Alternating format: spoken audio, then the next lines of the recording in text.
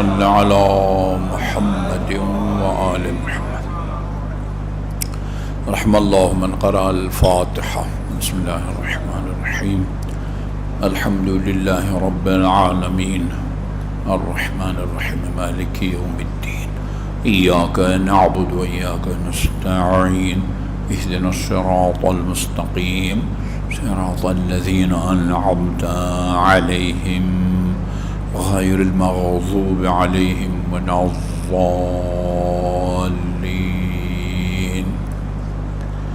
بسم الله الرحمن الرحيم. قل هو الله أحد الله الصمد لم يلد ولم يولد ولم يكن له كفوا أحد. بسم الله الرحمن الرحيم. قل هو الله أحد الله الصمد لم يلد ولم يولد ولم يكن له كفوا أحد. بسم الله الرحمن الرحيم. قل هو الله أحد الله الصمد لم يلد ولم يولد ولم يكن له كفوا أحد. بسم الله الرحمن الرحيم. قل هو الله أحد الله الصمد لم يلد ولم يولد ولم يكن له كفوا أحد. اللهم صل على محمد وآل محمد. أعوذ بالله من الشيطان اللعين الرجيم. بسم الله الرحمن الرحيم. الحمد لله الذي لا يبلغ مدحته القائلون ولا يحصي نعماءه العادون. الذي لا يدركه بعد الهمم ولا يناله غوص الفتن. والصلاة والسلام على خير خلقه وأشرف بريته الذي سمي في السماء بأحمد وفي الأرضين بأبي القاسم محمد.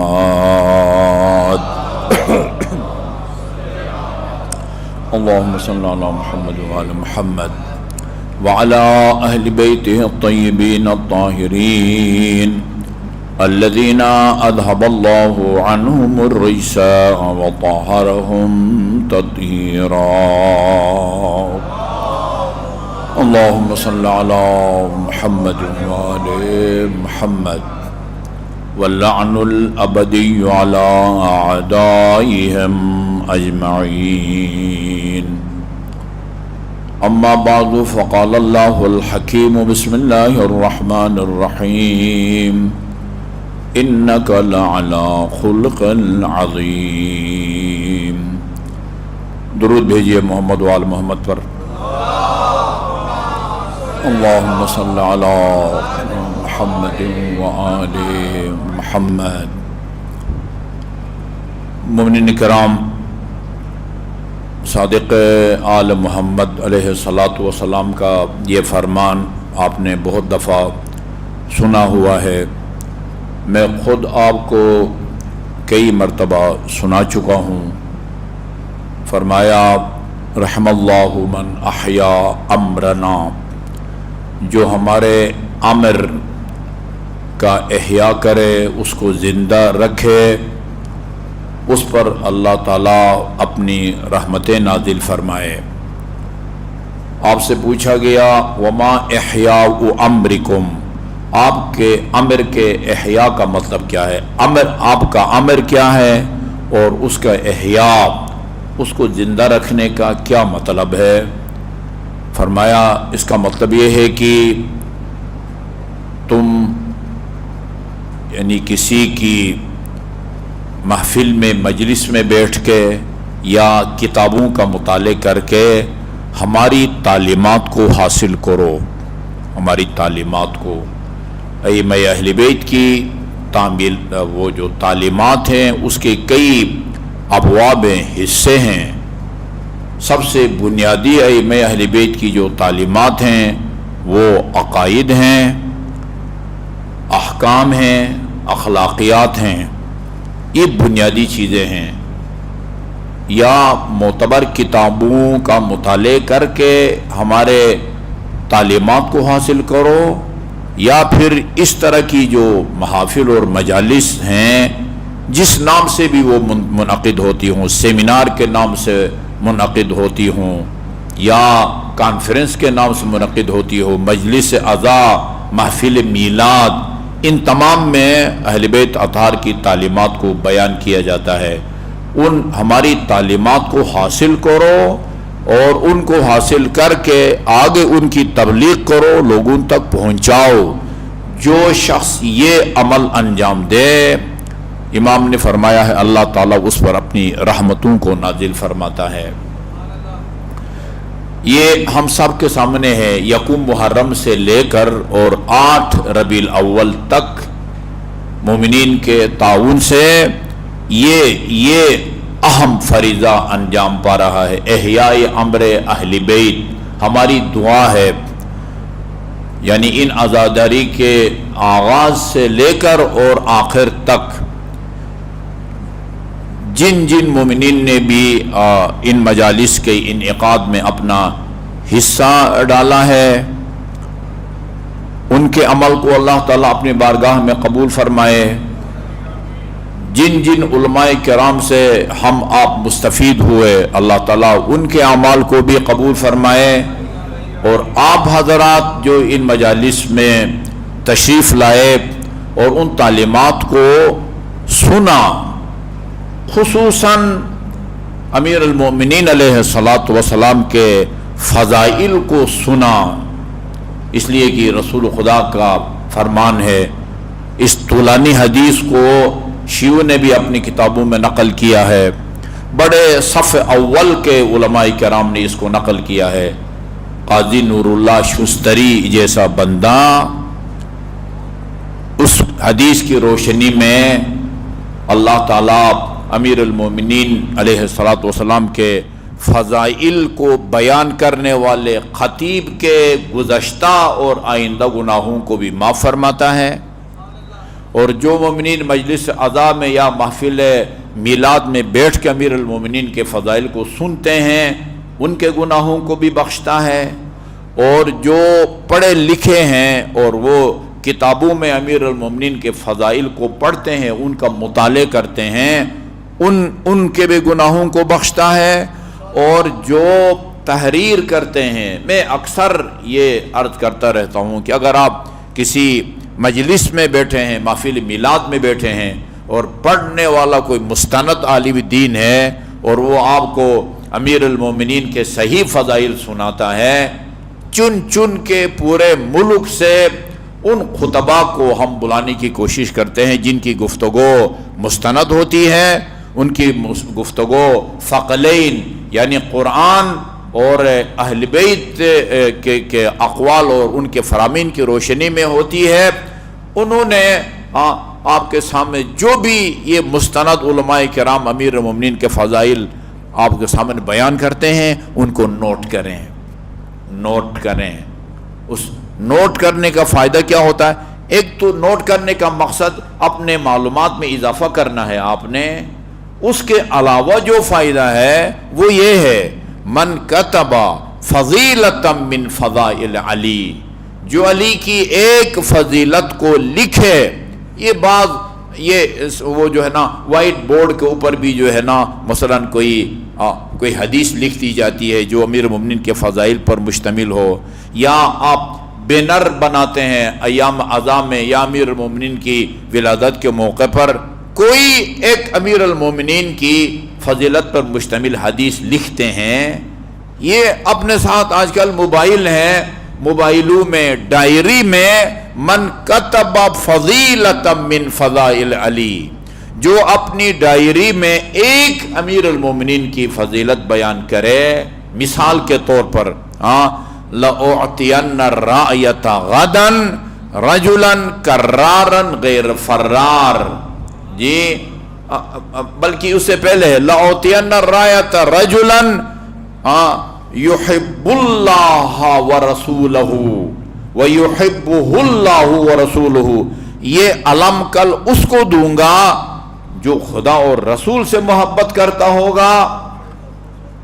یہ بہت بڑا کمال نہیں ہے کہ بندہ خدا اور رسول سے محبت کرے، وَيُحِبُّهُ اللَّهُ وَرَسُولُهُ، خدا اور رسول اس سے محبت کرتے ہوں گے، وہ پھر جب علم اس کو دوں گا پھر وہ فرار نہیں کرے گا، کرار کہتے ہیں بڑھ بڑھ کے حملے کرنے والوں کو، اور اس وقت تک واپس نہیں آئے گا جب تک اللہ تعالیٰ اس کے دونوں ہاتھوں پر فتح اور نصرت نصیب نہ فرمائے۔ آج مجھے ایک مولانا صاحب نے بتایا، جوادی صاحب نے بتایا کہ دوبندی، یہ ٹیکسلا کے ایک گاؤں ہے، میں اس میں عشرہ بھی 3 سال پہلے میں نے پڑھا ہے، وہاں ایک عالم دین پر صرف اس بات پر FIR کٹی ہے، اس بات پر کہ اس نے کہا لَأُعْطِيَنَّ الرَّایَةَ غَدًا رَجُلًا كَرَّارًا غَیْرَ فَرَّارٍ، کل یہ علم اس کو دوں گا جو فرار نہیں کرے گا اور کرار ہوگا، بڑھ بڑھ کے حملے کرنے والا ہوگا۔ اس پر FIR کٹ گئی ہے کہ یہ صحابہ کرام کی توہین ہو گئی ہے۔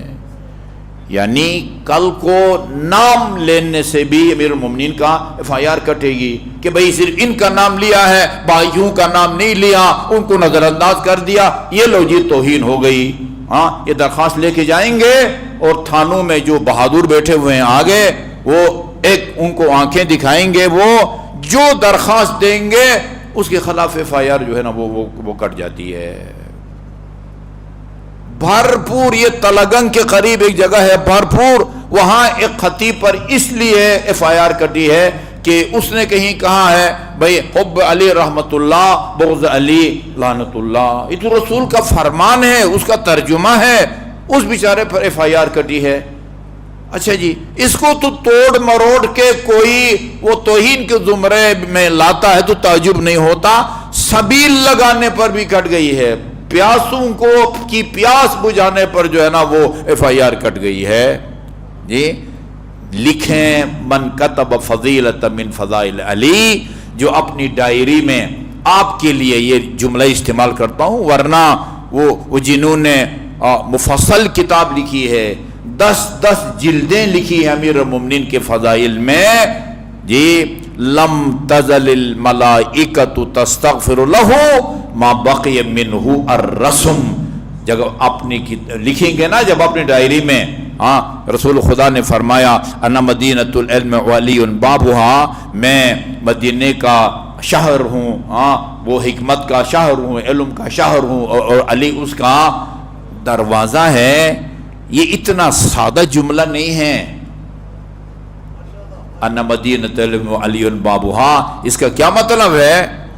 یعنی ہر مسلمان اس کا یہ عقیدہ ہے کہ اس نے دین رسول خدا سے لینا ہے، یہ طے شدہ بات ہے کہ صاحب شرع حضرت محمد مصطفیٰ صلی اللہ علیہ وآلہ وسلم ہے، جی دین ہم ان سے لینے کے پابند ہیں، ہم بھی دین رسول خدا سے لیتے ہیں، دین چاہے عقائد ہوں، احکام ہوں، اخلاقیات ہوں، رسول خدا سے لیتے ہیں، اور تمام دنیا کے مسلمان شیعہ سنی سب رسول خدا سے اپنا دین لیتے ہیں۔ فرق یہ ہے کہ ہم اہل بیت کے ذریعے رسول کے اقوال تک پہنچتے ہیں، اور یہ ہمارے برادران صحابہ کرام کے ذریعے رسول خدا تک پہنچتے ہیں۔ رسول خدا اس حدیث میں فرماتے ہیں دیکھو مجھ تک پہنچنا ہو علی کے ذریعے پہنچو، انا مدینۃ العلم وعلی بابھا، میں علم کا شہر ہوں یا حکمت کا شہر ہوں، یہ علی اس کا دروازہ ہے۔ مطلب یہ ہے کہ یعنی میری تعلیمات تک اگر رسائی حاصل کرنا چاہتے ہو، اس کا دروازہ علی اور اولاد علی ہے۔ جی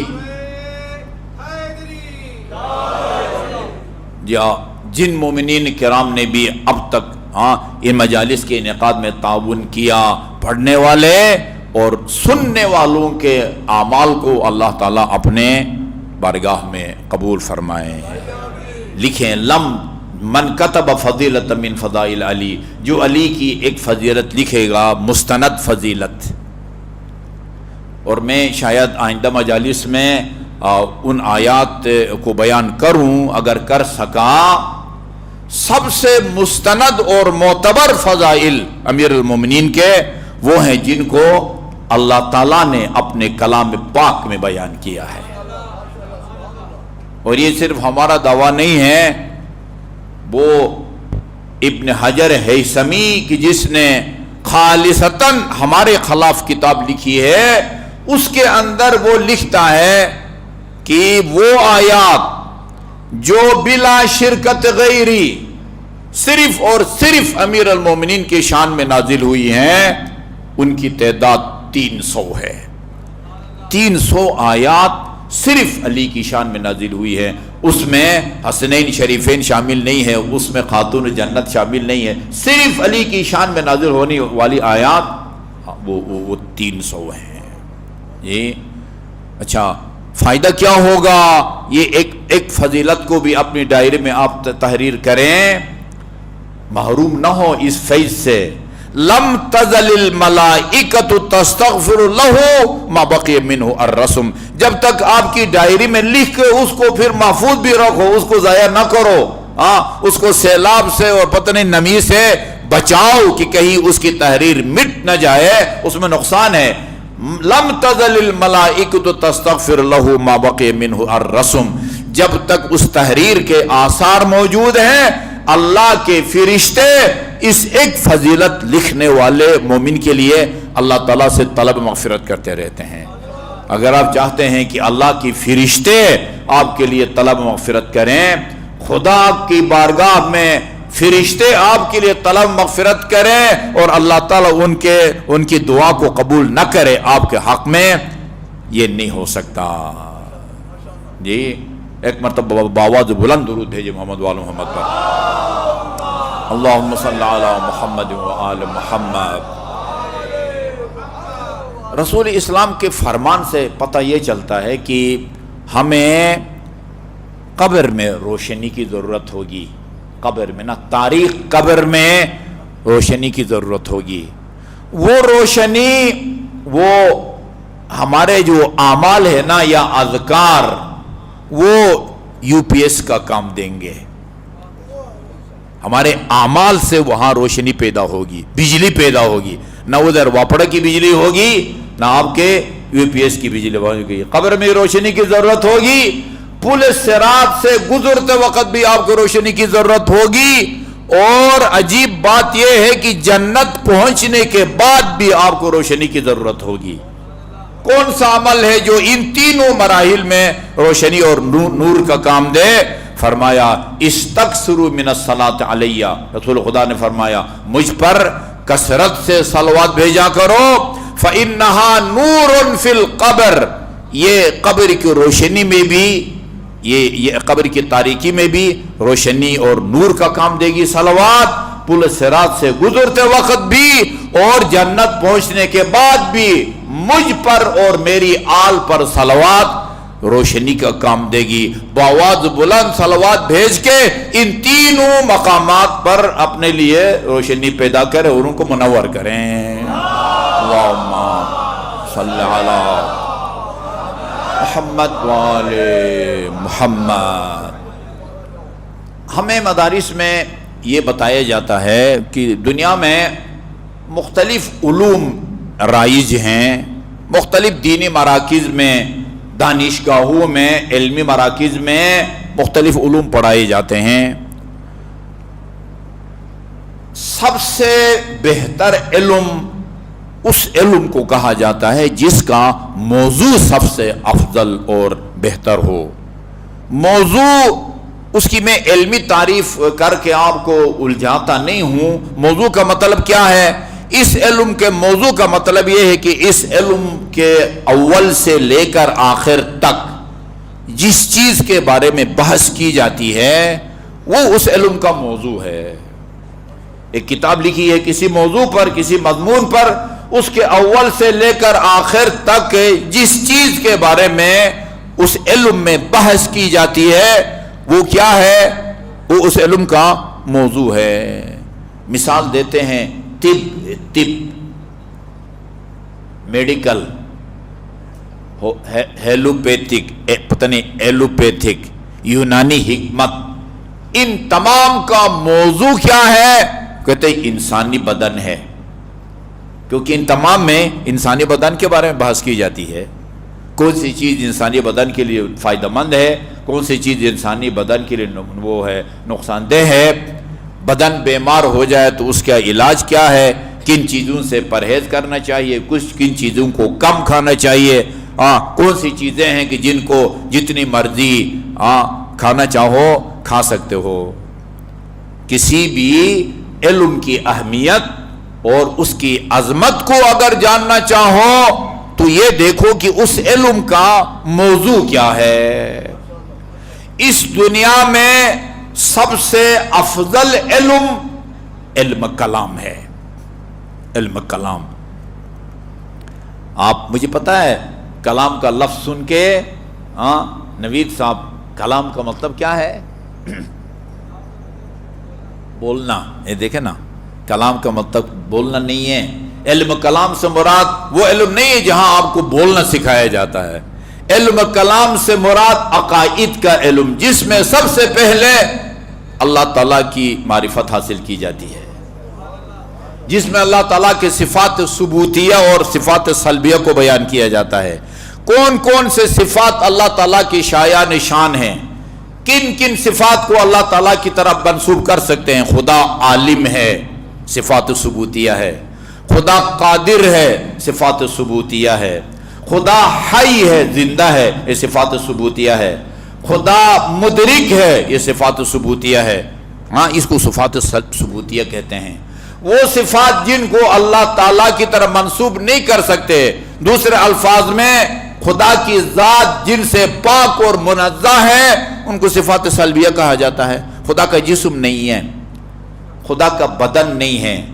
جس کا جسم نہیں ہوتا اس میں حرکت بھی نہیں ہوتی، اس میں سکون بھی نہیں ہوتا، اس کا کوئی وزن بھی نہیں ہوتا۔ لہذا ہمیں ائمہ معصومین نے خدا کا جو تصور دیا ہے اس کے مطابق نہ وہ حرکت کرتا ہے، نہ اس کو ساکن کہہ سکتے ہیں، نہ متحرک کہہ سکتے ہیں، نہ وہ جسم کی طرح حرکت کر کے ایک جگہ سے دوسری جگہ منتقل ہوتا ہے۔ آپ کا جسم ہے، مجلس آزاد سننے کے لیے گھر سے حرکت کر کے ادھر آ جاتے ہیں، یہاں سے فارغ ہونے کے بعد نیاز کھا کے واپس اپنے گھر چلے جاتے ہیں۔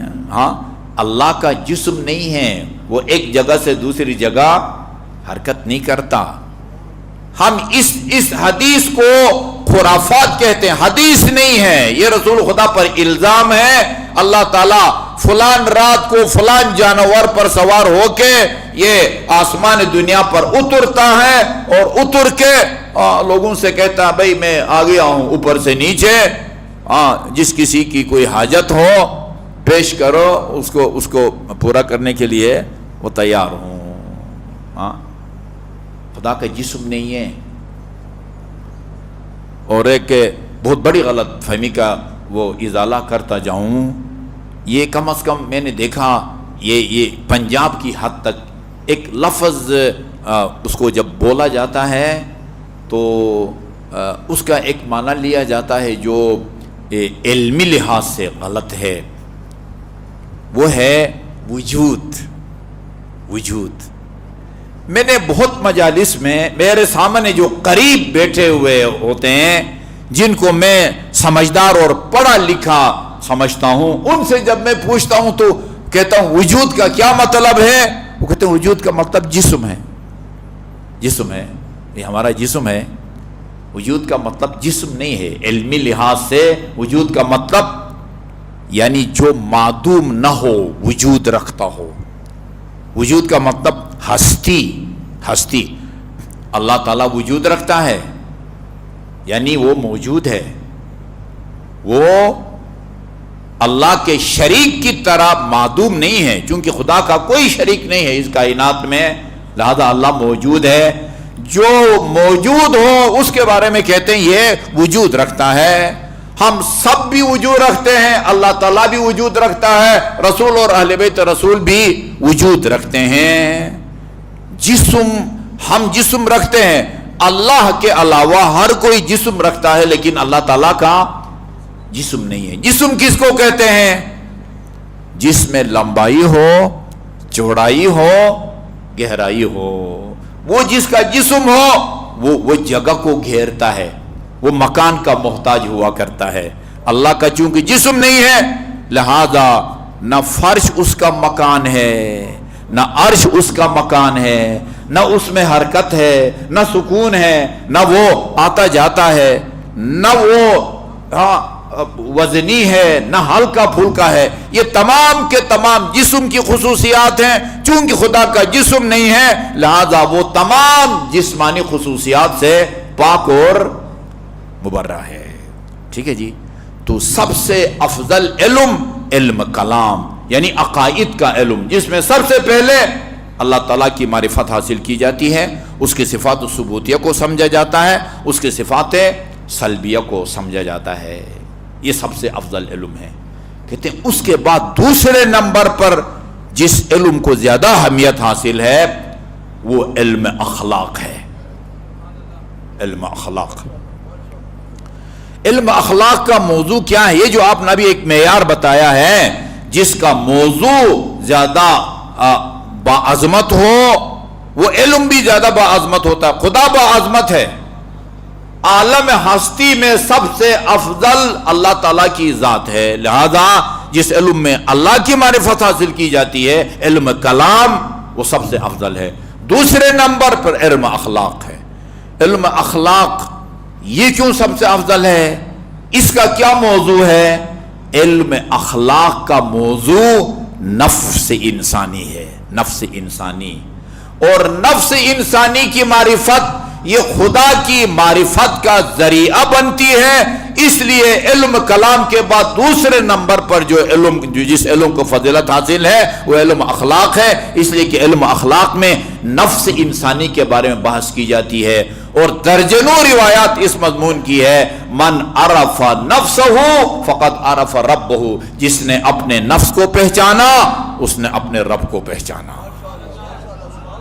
درود بھیجئے محمد و آل محمد پر، اللہم صلی علی محمد و آل محمد۔ اخلاق، اخلاق عام طور پر یعنی اخلاق کو معاشرے کے اندر ایک مستحسن قابل تعریف صفت سمجھا جاتا ہے۔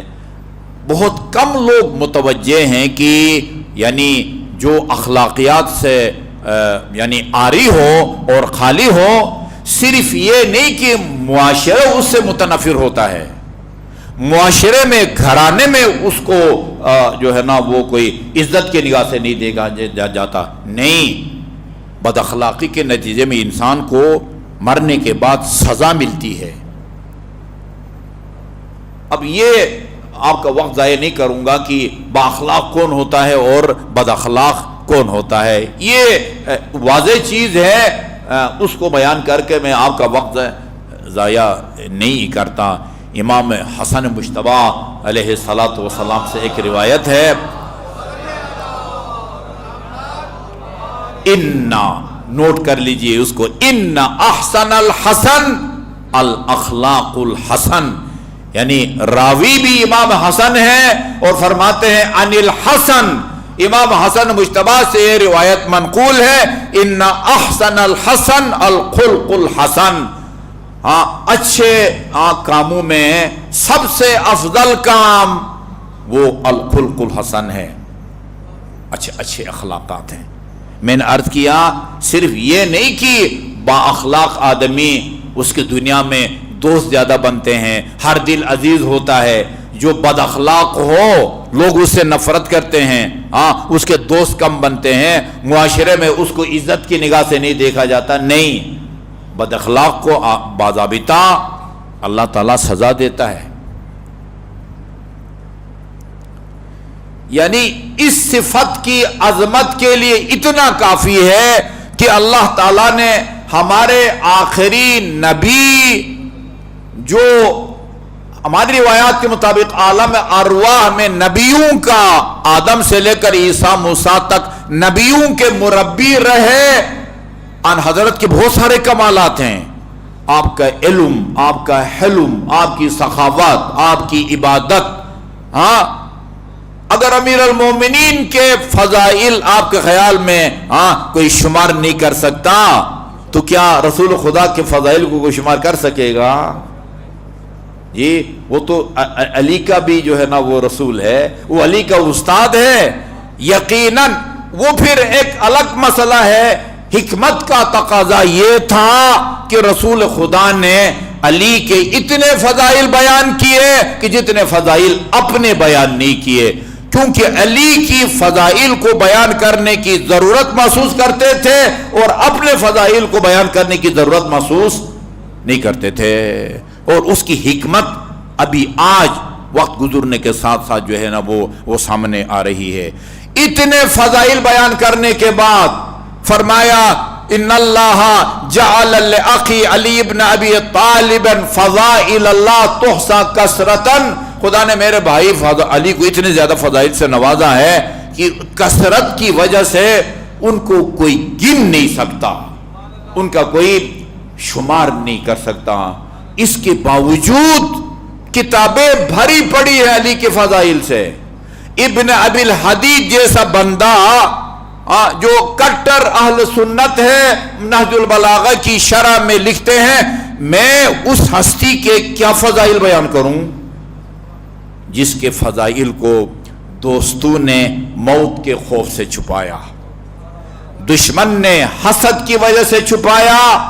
اور میں ایک جملہ کا اضافہ کرتا ہوں، خود رسول خدا نے اس خوف سے علی کے فضائل کو جتنا بیان کرنا چاہتے تھے نہیں کیا کہ کہیں لوگ گمراہ نہ ہو جائیں۔ فرمایا واضح الفاظ میں، علی اگر مجھے اس بات کا خوف نہ ہوتا کہ لوگ تیرے بارے میں وہ باتیں کرتے یا وہ عقیدہ رکھتے جو عیسیٰ ابن مریم کے بارے میں وہ رکھتے ہیں، میں تیرے وہ فضائل بیان کرتا کہ جن کو سننے والا تیرے قدموں کی خاک کو اپنے لیے شفا کے طور پر استعمال کرتا۔ آپ نے دیکھا نا، دوست نے جان کی خوف سے، البتہ سب نے نہیں تختہ دار پر چڑھ گئے، لیکن علی کے فضائل کو جو ہے نا وہ نہیں چھپایا۔ ہاں حجر بن عدی یا وطنی سعید اس کو حجاج کے پاس لایا جاتا ہے اور اس سے پوچھتا ہے یہ بتاؤ کہ تو بچ کے نہیں جا سکتا، موت تیری مقدر ہے، ہر حالت میں تو خود مارا جائے گا، لیکن صرف یہ بتا کہ تجھے کس طرح ہم قتل کریں، کس طرح قتل کریں۔ گولی تو اس زمانے میں ہوتی نہیں تھی، ہاں کوئی زندہ دفن کریں، تمہیں تلوار سے مارے، نیزے سے مارے، تیر سے مارے، کس طرح تجھے ماریں۔ کہا تم پابند ہو کہ تم مجھے اس طرح قتل کرو گے جس طرح قتل کرنے کی میرے مولا نے پیشگوئی کی ہے۔ کیا پیشگوئی کی ہے تمہارے مولا نے؟ میرے مولا نے فرمایا ہے کہ تجھے میری محبت کے جرم میں تیرے ہاتھ کاٹ دیے جائیں گے، تیرے پاؤں کاٹ دیے جائیں گے، پھر تیری زبان کاٹ دی جائے گی۔ اچھا یہ کہا ہے تیرے مولا نے؟ کہا ہاں یہ کہا ہے۔ حکم دیا اس کے ہاتھوں کو کاٹ ڈالو، پاؤں بھی کاٹ ڈالو، زبان کو نہ کاٹو، اس کو رہنے دو تاکہ علی کا جھوٹ نعوذ باللہ ثابت ہو جائے، غلط فہمی علی کی جو پیشگوئی ہے وہ غلط ثابت ہو جائے۔ دونوں ہاتھ کٹوا دیے، زبان کو باقی رکھا، اور جب زبان دیکھا کہ نہیں کٹی، کہا کہ اب قلم کاغذ لے کے میرے سامنے بیٹھ جاؤ، میں اپنے مولا کے دیے ہوئے علم کی روشنی میں قیامت تک رونما ہونے والے واقعات سے تمہیں آگاہ کروں گا۔ زبان بھی کاٹ دی گئی، زبان کٹوا دی، دونوں ہاتھ بھی کٹوا دیے، ہاں موت کو گلے سے لگایا، لیکن امیر المومنین کے فضائل کو چھپانا اس کو گوارا نہ ہوا۔ ہاں ہو سکتا ہے کچھ لوگوں نے چھپایا ہو۔ ابن ابی الحدید کہتے ہیں بھائی دوست نے موت کے خوف سے چھپایا اور دشمنوں نے حسد کی وجہ سے چھپایا، اور میرے جو ہے نا وہ ناقص اس کے مطابق خود رسول نے بھی اس خوف سے چھپایا کہ کہیں لوگ علی کو اپنا خالق نہ مانے، رازق نہ مانے، خدا نہ مانے، یا عیسیٰ ابن مریم کی طرح خدا کا بیٹا نہ مانے۔ وہ کہتے ہیں اس کے باوجود دیکھو اس کی فضائل سے مشرق بھی چھلک رہا ہے اور مغرب بھی چھلک رہا ہے۔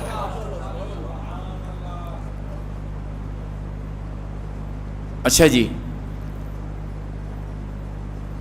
انکا یعنی میرا عرض کرنے کا مقصد ہے کہ اتنے رسول خدا کے فضائل لا متناہی، یعنی ہم شمار نہیں کر سکتے. اللہ تعالیٰ نے خصوصیت کے ساتھ آن حضرت کی جس فضیلت کو بیان کیا ہے وہ آپ کا حسن خلق ہے.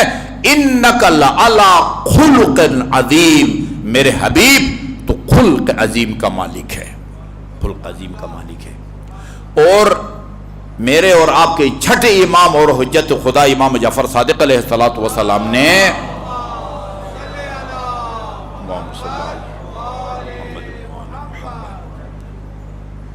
یہ فرماتے ہیں، یہ یعنی آپ کے فرمان کا خلاصہ یہ ہے، اللہ تعالیٰ نے آن حضرت کو کی رسالت کا اعلان سے پہلے آن حضرت کی اللہ تعالیٰ نے تربیت کی. وہ امیر المومنین کے ایک فرمان کا غلط ترجمہ کیا جاتا ہے. کسی کلام کا جو غلط ترجمہ ہے نا اس کو معنوی تحریف کہتے ہیں. یہ ان اصطلاحات کو یاد رکھیں. کسی بھی کی کلام، خدا کا کلام ہو، رسول کا کلام ہو، ائمہ اہل بیت کا کلام ہو، ان کا غلط ترجمہ یہ کیا کہلاتا ہے؟ تحریف معنوی کہلاتا ہے. قرآن کا غلط ترجمہ کیا گیا، اس کے نتیجے میں یزید جیسے شرابی قاتل کو اولی الامر مانا گیا، اس کی اطاعت کو فرض قرار دیا گیا، اور امام حسین کو اس لیے واجب القتل کہا لوگوں نے، اس نے اولی الامر کی اطاعت نہیں کی ہے. ابھی چینلوں پر یہ باتیں آ رہی ہیں، کھل کے آ رہی ہے سامنے. یہ اولی الامر تھا، اولی الامر کی اطاعت کا اللہ تعالیٰ نے حکم دیا ہے. جو اولی الامر کی مخالفت کرے ہاں اس کو جو ہے وہ قتل کرنا چاہیے. یہ اولی الامر ہے، یہ شرابی اولی الامر کی اطاعت کا اللہ تعالیٰ نے حکم دیا ہے. ہاں المعلن بالفسق کا حکم دیا ہے. 10,000 صحابیوں کو قتل کرنے والی کی اطاعت کا اللہ تعالیٰ نے حکم دیا ہے. اچھا جی، انک لعلی خلق عظیم، خلق عظیم کا مالک ہے. غلط ترجمہ نا، غلط ترجمہ. کبھی قرآن کا غلط ترجمہ کیا جاتا ہے جس کے نتیجے میں اللہ تعالیٰ کو لے جا کے عرش پر بٹھا دیا جاتا ہے. قرآن کا غلط ترجمہ کر کے اللہ تعالیٰ کے لیے ہاتھ پاؤں اور ٹانگیں ثابت کی جاتی ہیں غلط ترجمہ کے نتیجے میں نا. امیر المومنین کے فرمان کا بھی غلط ترجمہ کیا گیا. یہ امام زمان کا بھی فرمان ہے، امیر المومنین کا بھی فرمان ہے. نحن صنائع اللہ والخلق بعد صنائعنا.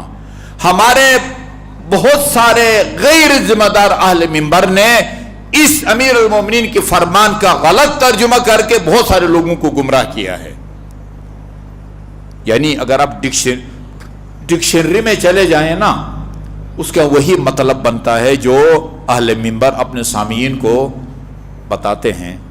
جس طرح ڈکشنری میں چلے جائیں تو ان اللہ علی العرش استویٰ کا یہی مطلب بنتا ہے، اللہ تعالیٰ عرش پر براجمان ہے.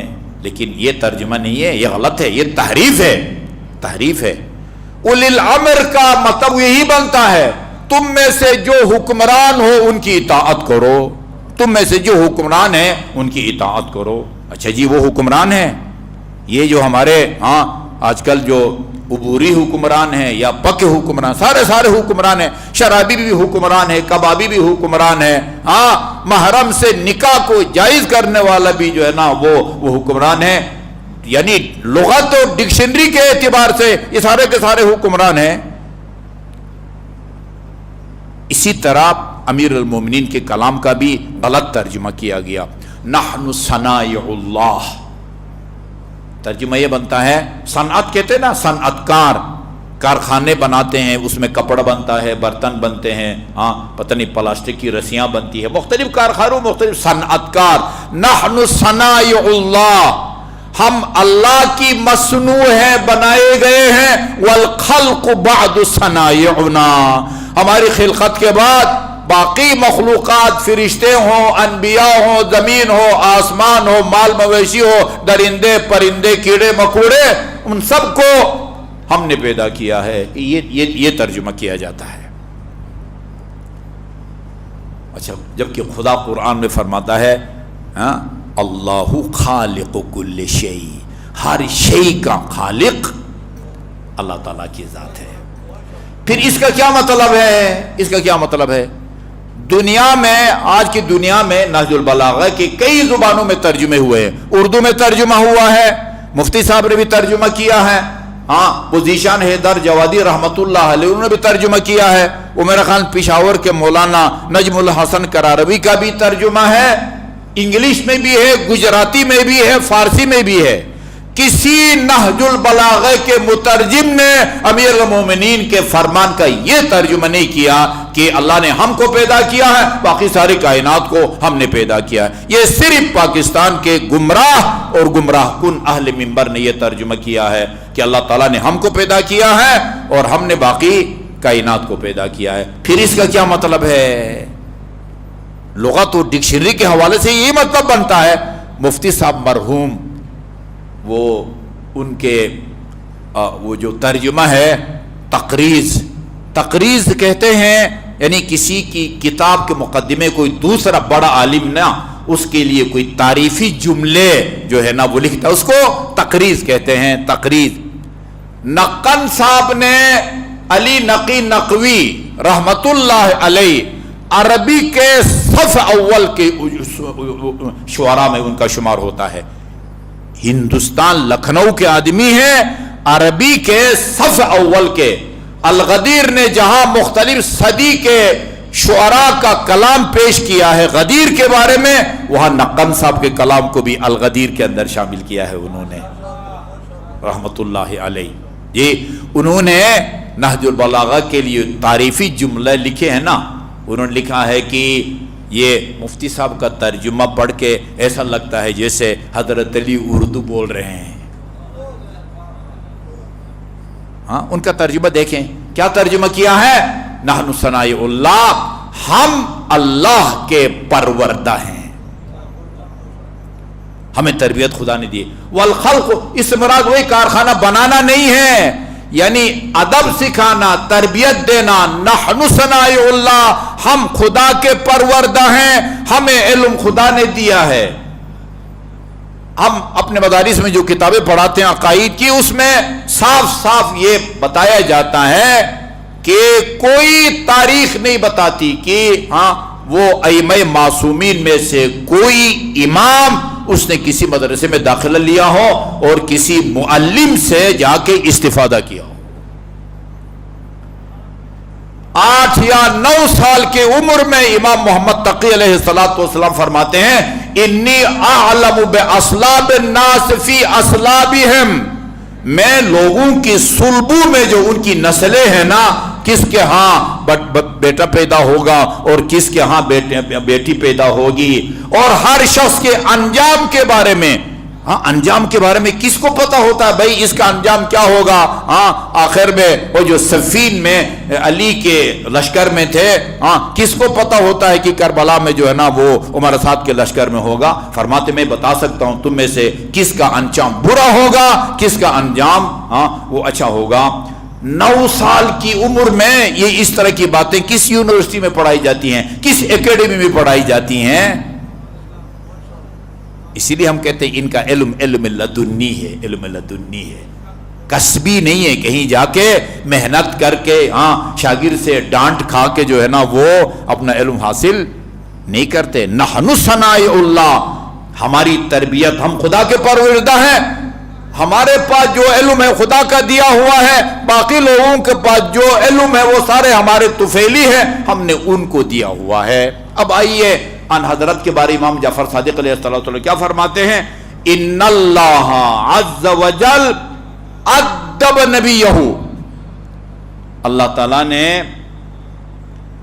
یہ اس کا حوالہ بھی بتا دوں، اصول کافی جلد نمبر 1 صفحہ نمبر 66 حدیث نمبر 4 لائی بھی جا رہی ہے، اگر کوئی دلچسپی رکھتا ہو اصول کافی دیکھ کر بھی اس کو خود مطالعہ کر سکتا ہے۔ ان اللہ ادب نبیہ، اللہ تعالیٰ نے اپنے نبی کی تادیب کی، ان کی تربیت کی۔ وہ اچھا نہیں لگتا، لیکن لفظی ترجمہ یہ بنتا ہے ادب سکھایا. ہاں ادب سکھایا، تربیت کی. فاحسن ادبہ، اور کوئی معمولی نہیں، بہترین تربیت کی اللہ تعالیٰ نے اپنے حبیب کی. اور فلما اکمل لہ الادب، جب یہ تعدیب کا مرحلہ جو ہے نا وہ اپنے پائے تکمیل کو پہنچا، جی قال وانک لعلی خلق عظیم. ہاں اس تربیت کے مراحل سے گزار کے پھر اللہ تعالیٰ نے یہ سند اور ڈگری دی اپنے حبیب کو، انک لعلی خلق عظیم. اللہ فرماتا ہے یہ ہماری تربیت کے نتیجے میں ہم تجھے خلق عظیم کی سند دیتے ہیں. انک لعلی خلق عظیم. پھر یعنی رسالت جیسے، ختم نبوت جیسے اہم منصب کا حقدار بننے کے لیے اخلاقی طور پر وہ آخری منزل پر فائز ہونے چاہیے آن حضرت کو، کیونکہ اکثر سارا کام اخلاق نے کیا ہے، تلوار نے اتنا کام نہیں کیا ہے جتنے آن حضرت کے اخلاق نے کیا ہے. جی اخلاق نے کیا. جی ہاں. ثم یعنی خلق عظیم کا مالک بنانے کے بعد ثم فوض الیہ امر الدین، حسن خلق میں جی ہاں پائے تکمیل تک پہنچانے کے بعد پھر دین کی تبلیغ کو ان کے سپرد کر دیا. دین کی تبلیغ، یہ فوض امر الدین والامہ، دین اور امت کی ذمہ داری ان حضرت کو سونپی. لیسوس عبادہ، تاکہ اپنے بندوں پر حکومت کر سکے. یہ یسوسا وہی سیاست سے ہے، سیاست نا یہ بہت سارے الفاظ ہیں بذات خود بڑے مقدس ہیں، لیکن لوگوں نے ان کو بدنام کر دیا ہے. ان میں سے ایک یہ سیاست ہے. سیاست زیارت جامعہ میں ہے نحن ساسۃ العباد. عام فہم ترجمہ یہ بنتا ہے ہم لوگوں کے وہ سیاسی لیڈر ہیں، سیاسی لیڈر ہم ہیں. لیکن ہمارے ذہن میں جو سیاست کا مفہوم ہے وہ جھوٹ، بدعنوانی، کرپشن، یہ دھوکہ بازی، ہم اس کو سیاست کہتے ہیں. شاید پہلے بھی میں نے آپ کو بتایا شیخ محمد حسین کاشف الغطاء بر صغیر کا بھی انہوں نے دورہ کیا ہے، بڑے مجاہد تھے. ان سے کسی نے پوچھا بھئی آپ سیاست میں حصہ لیتے نہیں لیتے، سیاست میں دین کو حصے سیاست سے کوئی تعلق ہے یا نہیں ہے؟ شیخ محمد حسین آل کاشف الغطاء نے کہا کہ اگر تو سیاست ہر جائز اور ناجائز ذریعے کو استعمال کر کے اقتدار حاصل کرنے کا نام ہے، یہ سیاست میرے لیے شجرہ ممنوعہ ہے، میں اس کے قریب ہی نہیں جاتا. اور اگر جائز طریقے سے اقتدار حاصل کرنے کے بعد حقدار کو اس کا حق دلانے کا نام سیاست ہے، میں سر سے لے کر پاؤں تک ایسی سیاست میں غرق ہوں. یہ علی کی سیاست تھی، علی کی سیاست.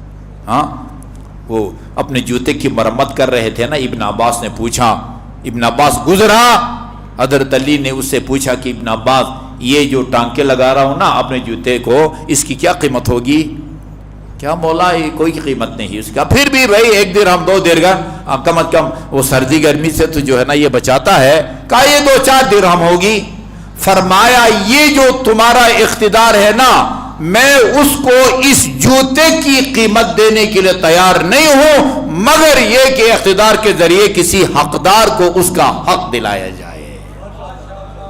ہاں ظاہر خلافت سنبھالتے ہی فرمایا ہاں الحق القدیم لا یبطلہ شیء. ہاتھ مارنا شروع کر دیا بدعنوانوں پر. لوگوں نے کہا یا امیر المومنین ابھی آپ کو تازہ حکومت ملی ہے، ابھی سے آپ نے جو ہے نا وہ کرپٹ لوگوں پر اور بدعنوان لوگوں پر آپ نے ہاتھ ڈالنا شروع کر دیا ہے. کچھ عرصہ صبر کرے، وہ تھوڑی سی حکومت مضبوط ہو جائے، پھر جو ہے نا بے شک اس کو برطرف کرو، اس کو جو ہے نا معزول کرو، اس کو جو ہے نا وہ اس کی جگہ دوسرے کو لگا دو. فرمایا یہ جملہ ہے الحق القدیم لا یبطلہ شیء. کوئی حق چاہے پرانا ہو یا نہ ہو، اس کو کوئی چیز باطل نہیں کر سکتی.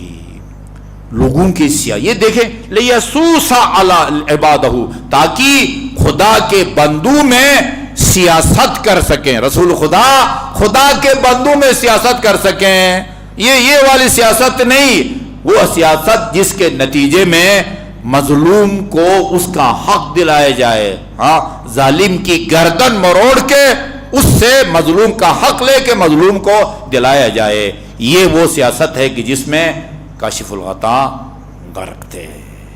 انک لعلی خلق عظیم۔ لمبی ہو گئی ہماری گفتگو، میں نے عرض کیا تھا کہ اس کے نتیجے میں سزا ملتی ہے، بد اخلاقی کے نتیجے میں سزا ملتی ہے۔ سعد آن حضرت کا ہمسایہ تھا، اس کا انتقال ہوتا ہے، آن حضرت نے اس کے جنازے میں شرکت کی، جنازے میں اس کو اپنے ہاتھ سے قبر میں اتارا، سپرد خاک کیا۔ اس کے بعد لوگوں سے کہا آن حضرت نے کہ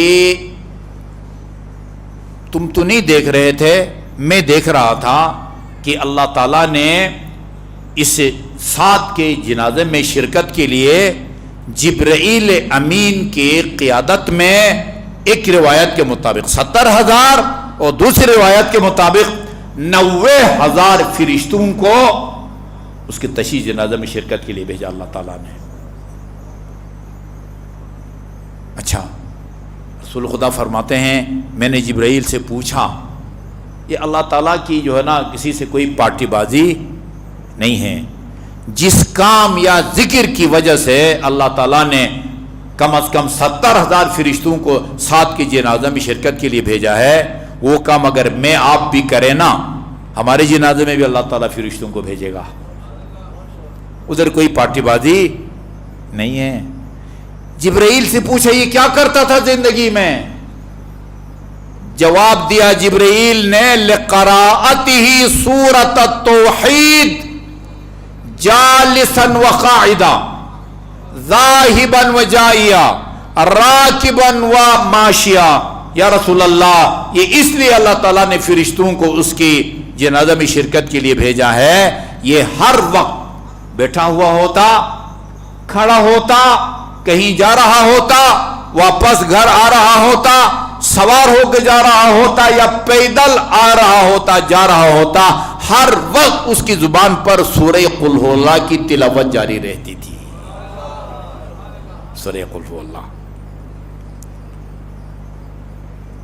ایک جنگ میں رسول خدا خود نہیں گئے تھے، امیر المومنین کو بھیجا تھا، سریہ کہتے ہیں اس جنگ کو جس میں رسول خدا خود نہ گئے ہوں، کسی اور کی قیادت میں اور سربراہی میں لشکر کو بھیجا ہو۔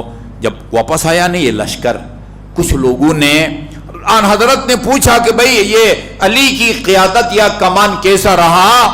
لوگوں نے کہا بہت زبردست، لیکن علی کی ایک بات پر ہمیں اعتراض ہے یا تحفظ ہے۔ کس بات پر؟ کہا کہ یہ 30-40 دن ہم ساتھ رہے، علی کی اقتداء میں ہم نے نماز پڑھی، تمام نمازوں میں صبح، ظہرین، مغرب، عشاء، ان تمام نمازوں میں پہلی 2 رکعتوں میں الحمد کے بعد ہمیشہ علی سورہ قل ہو اللہ پڑھتے رہے، جیسے کہ ان کو سورہ قدر یا پتہ نہیں سورہ کوثر یاد ہی نہیں تھی علی کو۔ رسول خدا نے امیر المومنین سے پوچھا کہ علی بتاؤ کیوں ایسا کیا؟ فرمایا لحبی لہا، یا رسول اللہ مجھے سورہ توحید سے محبت ہے۔ اب اگلا رسول خدا کا جملہ سنیں، فرمایا ما احببتہا حتی احبک اللہ، یہ تو سورہ توحید سے اس لیے محبت کرتا ہے کہ خدا تجھ سے محبت کرتا ہے، خدا تجھ سے محبت کرتا ہے۔ جی یہ پتہ یہ چلا کہ جو محب علی ہوتا ہے نا وہ خدا کا محبوب ہوتا ہے، اللہ کا محبوب ہوتا ہے۔ اچھا جی، یا رسول اللہ،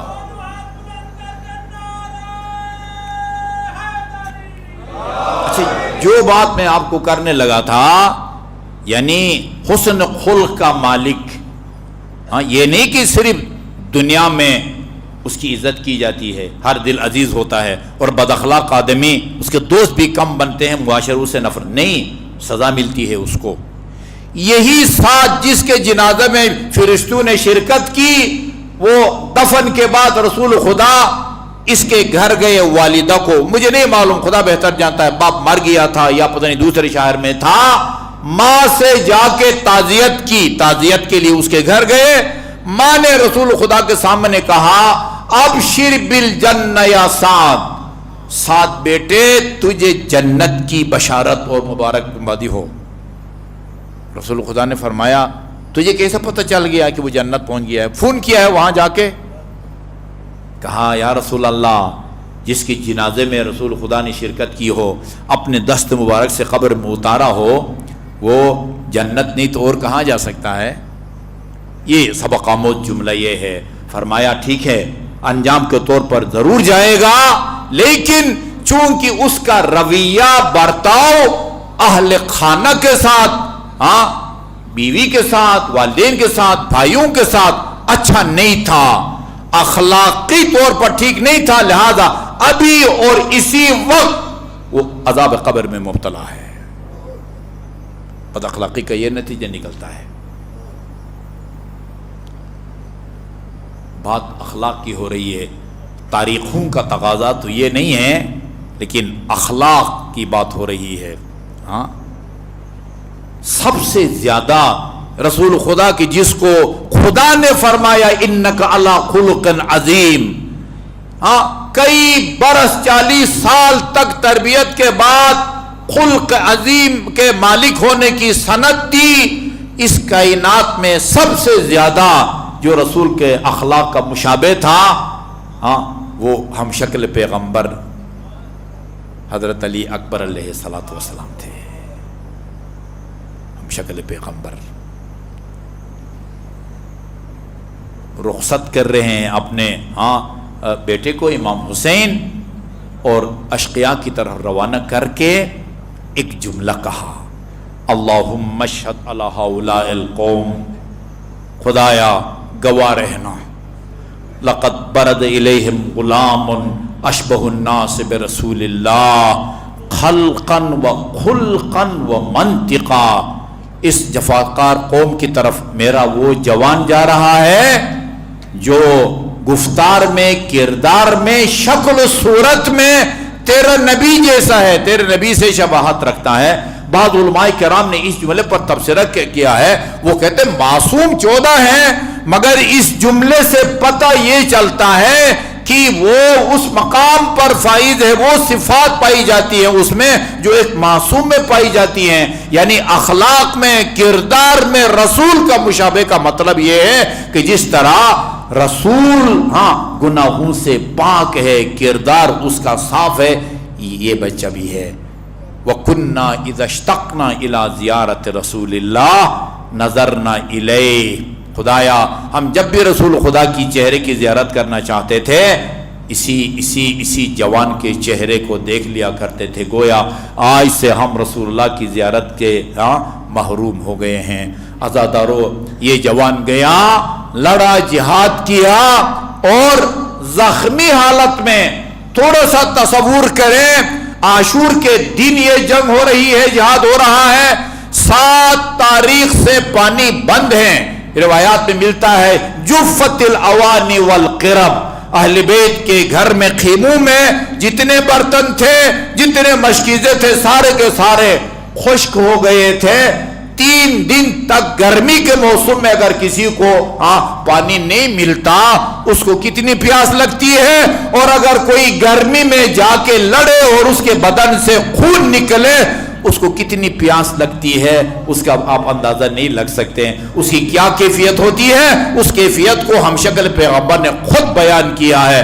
بابا کے پاس آ کے کہتے ہیں العطش قد قتلنی، بابا پیاس مارے ڈال رہی ہے، وثقل الحدید اجہدنی، اور اسلحہ جنگ کا وزن الگ ہے، حل الی شربت ماء من سبیل، ایک گھونٹ پانی کا اگر مل جائے لاتقوی بہا علی الاعداء، میں ان دشمنان خدا سے بہتر جہاد کر سکوں گا۔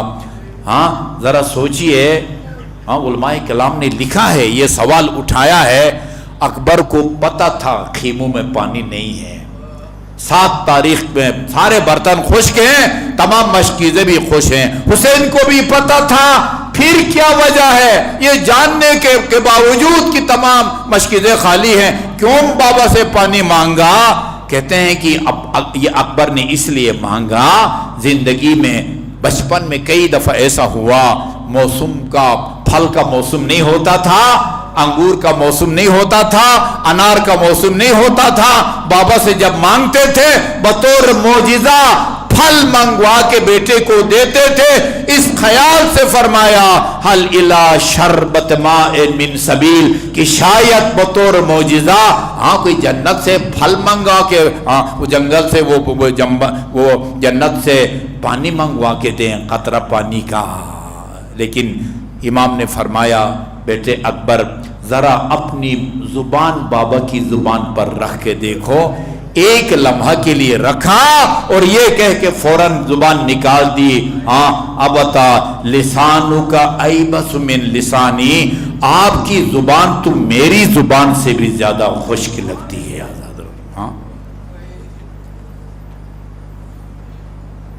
یہ مرحوم صدوق نے صفات الشیعہ میں ایک جملہ لکھا ہے، الا من احب علیا، الا من احب علیا لا يموت لم يمت حتى يشرب من الكوثر، جو علی سے محبت کرے گا اس وقت تک اس کو موت نہیں آئے گی جب تک اسی دنیا میں وہ کوثر کے جام نہ پیے۔ یہ رسول خدا کا فرمان ہے، الا من احب علیا لا يموت حتى يشرب من الكوثر، جب تک کوثر کا جام نہیں پیے گا۔ کوئی تو ایسا دنیا میں ہوگا نا کہ جس کو مرنے سے پہلے کوثر کا پانی مل گیا ہو۔ یہ جب روانہ کیا نا فرمایا اکبر میرے پاس تو پانی نہیں ہے، جاؤ جہاد کرو، تمہارے جب تجھے کوثر کا جام پلائیں گے، کوثر کا جام پلائیں گے۔ لڑے جی، وہ ملعون کی برچی لگی اور دین فرس پر سنبھل نہ سکے، اور زمین پر آنے کے بعد آخری سلام کیا بابا کو اور فرمایا بابا یہ میرے نانا نے کوثر کے جام سے مجھے سیراب کر دیا ہے، اور اپنے ہاتھ میں آپ کے حصے کا جام لے کے آپ کی انتظار میں کھڑے ہیں۔ ہاں یہ وہ خوش قسمت ہے اکبر کہ جس کو شہادت سے پہلے رسول خدا نے کوثر کے جام سے سیراب کیا۔ عزادارو میں 1969 تک نجف میں رہا ہوں، حرم امیر المومنین سے تقریباً 100 یا 150 میٹر کے فاصلے پر خاندان بحر العلوم کا گھرانہ ہے، وہاں عشرہ ہوتا تھا، اور 8 محرم کو کربلا سے ایک مشہور خطیب یعقوبی کو لایا جاتا تھا۔ یعقوبی کو وہ حضرت علی اکبر کے مصائب پڑھتا تھا، وہ مصائب آج تک میں نہیں بھولا اور کبھی نہ بھولوں گا۔ وہ فرماتے تھے جس سواری پر سوار ہو کے اکبر گئے تھے جہاد کے لیے، اس نسل کا نام فرس اصیل تھا، اور اس کی خصوصیت یہ ہوتی تھی کہ جب تک یہ محسوس کرتا کہ میرے سوار میں سنبھلنے کی طاقت موجود ہے، وہ سوار کی ہدایت اور اس کے اشارے کے مطابق وہ جدھر موڑتا ادھر مڑ جاتا تھا، اور جب یہ محسوس کرتا کہ اب میرے سوار میں سنبھلنے کی طاقت ختم ہو گئی ہے، اس کو واپس اسی جگہ پہنچاتا تھا جہاں سے وہ چلا تھا۔ ہاں جب یہ برچھی لگی ہے نا اکبر پر اس ملعون کی، زین فرس پر سنبھل نہ سکے، دونوں ہاتھ گھوڑے کے گردن میں ڈالے اس خیال سے کہ واپس مجھے خیمگاہ پہنچائے گا، مگر عزادارو ہم شکل پیغمبر کے بدن سے نکلا ہوا خون وہ گھوڑے کی آنسو میں آیا، خیمگاہ کا راستہ نظر نہ آیا، کہاں لے کے گیا؟ فحملہ الی معسکر الاعداء، نرغے اعداء تک پہنچا۔ یہ جملہ کسی شہید کے بارے میں آپ کو نہیں ملے گا۔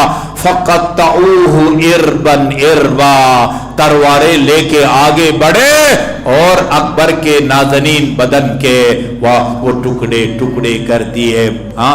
امام نے اپنے جوان بیٹے کو خیمگاہ کی طرف لے کے آئے، بہت پرانا نوحہ ہے جس کا پہلا مصرع ہے حسین تیرے لہو کی خوشبو فلک کے دامن سے آ رہی ہے۔ اس میں یہ ایک جملہ ہے، حسین لاش جوان کو لے کر چلے ہیں مقتل سے خیمگاہ تک، مگر ضعیفی قدم قدم پر اٹھا رہی ہے، بٹھا رہی ہے۔ اللہ لعنۃ اللہ علی القوم الظالمین وسيعلم الذين ظلموا أي منقلب ينقلبون إنا لله وإنا إليه راجعون۔ یا محمود بحق محمد ویا اعلی بحق علی ویا فاطر السماوات والارض بحق فاطمہ ویا محسن بحق الحسن ویا قدیم الاحسان بحق الحسین و اولادہ المعصومین۔ خدا بحق محمد و آل محمد۔ جو مومنین مومنات بھی پریشان حال ہیں، کسی بھی حوالے سے ان کی پریشانیوں کو دور فرما، مریضوں کو شفاء کامل اور عاجل عطا فرما، خصوصاً ایک مومنہ جن کا نام سائرہ مشتبہ ہے۔ آج ہی کلثوم انٹرنیشنل میں ان کا ایک نازک آپریشن ہوا ہے، پہلے مرحلے میں الحمدللہ کامیابی ہوئی ہے۔ خدا بحق محمد و آل محمد انہیں مکمل طور پر شفا عطا فرما، بے روزگار مومنین مومنات کو رزق حلال سے مالا مال فرما، جن مومنین مومنات نے کوئی جائز کاروبار شروع کر رکھا ہے، خصوصاً جنہوں نے مجھ سے دعا کی درخواست کی ہے، ان کے کاروبار میں برکت نصیب فرما، مقروض مومنین مومنات کو ادائیگی قرض کی توفیق عطا فرما، جو مومنین مومنات بے اولاد ہیں انہیں اولاد صالح و سالم اور نرینہ عطا فرما۔ ہمارے جن عزیز طلبہ و طالبات امتحانات دے رکھے ہیں یا دے رہے ہیں، یا جنہوں نے بعض جائز مقاصد کے لیے ٹیسٹ انٹرویو دے رکھے ہیں، خصوصاً دو مومنہ، دونوں کا نام بطول ہے، انہیں نمایاں کامیابی نصیب فرما، وطن عزیز کو سلامتی اور استحکام نصیب فرما، اس کے داخلی اور بیرون دشمنوں کو اپنی قدرت کاملہ سے نیست اور نابود فرما۔ قائم آل محمد کے توجہات خاص کو ہم سب کے شامل حال فرما، آپ کے ظہور میں تعجیل فرما، ہمیں آپ کے آوان اور انصار میں شامل ہونے کی توفیق عطا فرما۔ جن مومنین مومنات کے تعاون سے یہ مجالس منعقد ہو رہی ہیں، ان کے رزق حلال میں وسعت عطا فرما، ان کے مرحومین مرحومات کے گناہان صغیرہ اور کبیرہ کی مغفرت فرما، اور انہیں محمد و آل محمد کی شفاعت اور ان کے جوار میں مقام عطا فرما۔ جملہ مرحومین مرحومات، خصوصاً اپنے مرحومین مرحومات کی سال ثواب کے لیے سورہ فاتحہ اور 3 مرتبہ قل هو اللہ کی تلاوت فرمائیں۔ بسم اللہ الرحمن الرحیم، الحمد للہ رب العالمین، الرحمن الرحیم، مالک یوم الدین، ایاک نعبد و ایاک نستعین، اہدنا الصراط المستقیم، صراط الذین انعمت علیہم غیر المغضوب علیہم ولا الضالین۔ بسم اللہ الرحمن الرحیم، قل هو اللہ احد اللہ الصمد لم یلد ولم یولد ولم یکن له کفوا احد۔ بسم اللہ الرحمن الرحیم، قل هو اللہ احد اللہ الصمد لم یلد ولم یولد ولم یکن له کفوا احد۔ بسم اللہ الرحمن الرحیم، قل هو اللہ احد اللہ الصمد لم یلد ولم یولد ولم یکن له کفوا احد۔ اللہم اغفر للمؤمنین والمؤمنات والمسلمین والمسلمات الاحیاء منہم والاموات۔ میں نے حج کے دوران ایک روایت پڑھی تھی، وہاں حجاج کرام کو یہ روایت بتائی ہے، جو آدمی یہ دعا کرے اللہم اغفر للمؤمنین والمؤمنات والمسلمین والمسلمات الاحیاء منہم والاموات، آدم سے لے کر قیامت تک پیدا ہونے والے انسانوں کے برابر نیکیاں اس کے نامہ اعمال میں اللہ تعالیٰ لکھتا ہے۔ اللہم اغفر للمؤمنین والمؤمنات والمسلمین والمسلمات الاحیاء منہم والاموات تابع اللہم بیننا وبینہم بالخیرات انکا مجیب الدعوات انکا علی کل شیء قدیر۔ ان دعاؤں کی استجابت اور قبولیت کے لیے باواز بلند صلوات۔